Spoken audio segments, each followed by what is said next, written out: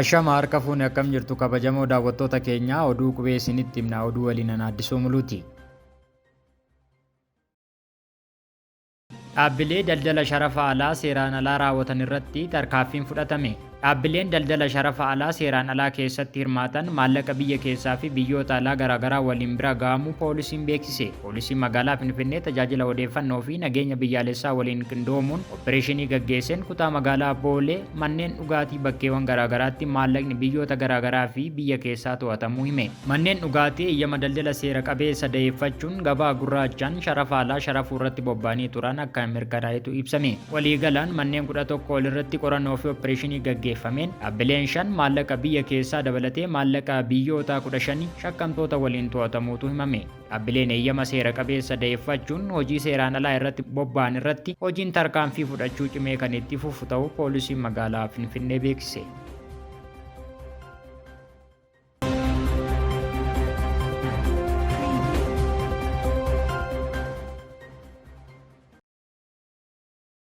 USAID fi CDCB'n qubee TV waliin ta'uun fiilmii dookimantarii dhimma nagaa irratti hojjetan eebbisiisaa jiru.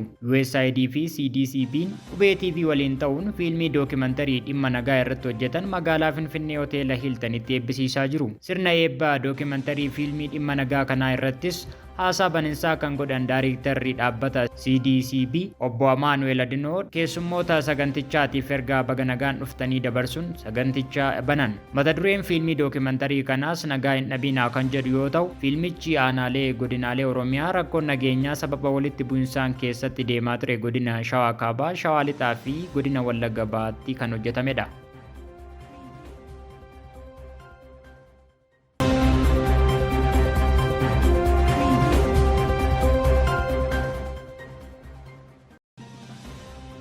Namni dhuunfaan nagahee sobaan gurgurtaa qarshii biliyoona 30 olii raawwachuun yakka waliin dha'uun shakkamee to'atame. Namni dhuunfaan nagahee sobaan gurgurtaa qarshii biliyoona 30 olii raawwachuun yakka waliin dha'uu cimaan shakkame to'atamuu poolisiin federaalaa beeksise. Namni dhuunfaan kun nagahee sobaa qopheessuun daldaltootaa fi dhaabbileef gurgurtaa qarshii biliyoona 30 olii raawwachuun yakka waliin dha'uu cimaan shakkamee to'atamuutu ibsame. Shakkamaan kun akka teessoon isaa hin beekamnetti waraqaa eenyummaa sobaa maqaa Salamoon Muluu Ka'uun jedhamuun eeyyama daldalaa baafachuun hojii daldalaa kireessaa fi gurgurtaa meeshaalee maashinariin galmaa'ee waajjira meeshaalee tokkoyyuu osoo hin ijaarratiin daldaltootaa fi dhaabbilee daldalaa garaagaraatti gurgurtaa nagahee sobaa qarshii biliyoona 30 fi miiliyoona 152 raawwachuu isaatu ibsame. Shakkamaan kun erga yakka kana raawwatee yeroodhaaf dhokatee kan ture ta'us poolisiin federaalaa biiroo galiiwwan magaalaa Finfinnee waliin qindoomuun hordoffii cimaa taasifameen to'annoo jala oolchuu isaa poolisiin federaalaa beeksise.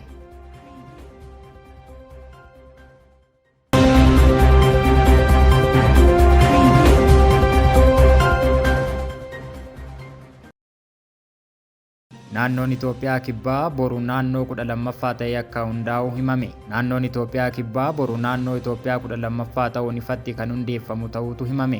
Maqaan naannoo saboota sablammootaa fi uummattoota kibbaa hanga ammaatti tures gara naannoo Itoophiyaa giddugaleessaatti jijjiiramuun akka haaraatti kan hundeeffamu ta'uutu ibsame. Hoogganaan waajjira paartii badhaadhinaa damee naannoo saboota sablammootaa fi uummattoota kibbaa obbo Xilahuun Kabbadaa dhaabbata Pirees Itoophiyaatti akka himanitti naannoon Itoophiyaa kibbaa haaraan naannolee Itoophiyaa 12ffaa ta'uun hagayya 13 bara 2015 akka lakkoofsa Itoophiyaatti ifatti kan hundeeffamu ta'uu himan. Maqaan naannoo saboota sablammootaa fi uummattoota kibbaa hanga ammaatti tures gara naannoo Itoophiyaa giddugaleessaatti jijjiiramuun irra deebiin hundaa'a jedhan.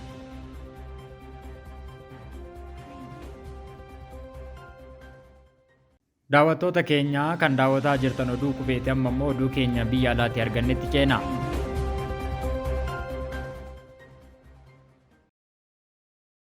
Paarlaamaan biyya Keeniyaa TikTok biyyattiitti akka dhorkamuuf iyyata dhiyeesse. Sabaa himaaleen Keeniyaa akka gabaasanitti waltajjiin marsariitii hawaasaa TikTok biyyattiitti akka dhorkamuuf iyyanni paarlaamaa biyyattiif dhiyaachuu himan. Sababa marsariitii hawaasaa kanaan biyyattiitti dargaggoonni barnoota isaanii addaan kutaa akka jiranii fi baay'een isaanii araada TikTokiin qabamuun dhukkuba sammuuf saaxilamuu isaanii kan ibsu iyyanni paarlaamaa biyyattiif dhiyaate kun paarlaamaan biyyattii dhimmicha irratti murtee hatattamaa akka murteessu gaafate. Afyaa'iin paarlaamaa Keeniyaa Mooses Watanguulaa Suur-sagaleen TikTokiin deemu jeequmsaa fi haasaa jibbinsaa kan kakaasuu fi qabiyyee saalquunnamtii kan of keessaa qabu aadaa fi amantii Keeniyaa irratti balaa akka ta'e ibsuun iyyata dhiyaate kana deeggaruu isaaniitu gabaafame. Paarlaamaan Keeniyaa iyyata kana irratti murtee kennuu baatus marii jalqabaa akka godhetu himame. Keeniyaan biyyoota ardii Afrikaa keessaa lakkoofsa fayyadamtoota TikTok olaanaa kan qabdu ta'uu ishee gabaasni kun ni heera.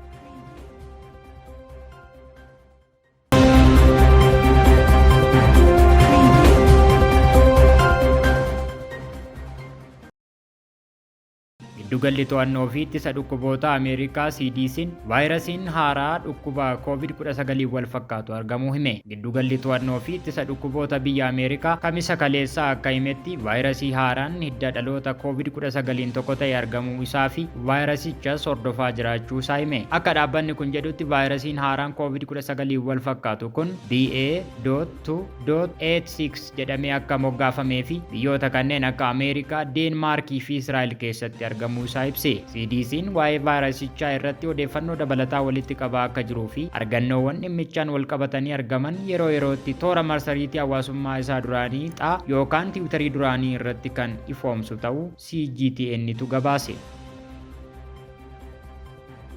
Odeeffannoo ispoortiitiin immoo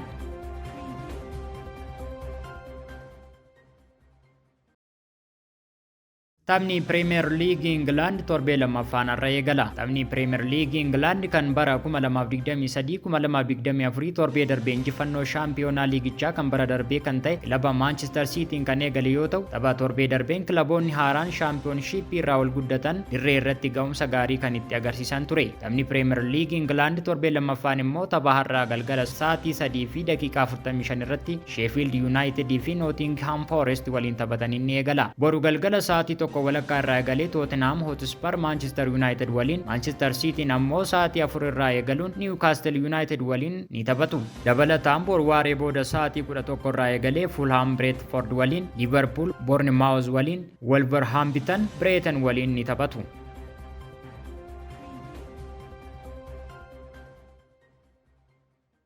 Kabajamoo daawwattoota keenyaa kan daawwataa turtan oduu qubee ture oduu waliin Addisuu Muluun ture qophiilee keenyaaf waliin turtii gaarii.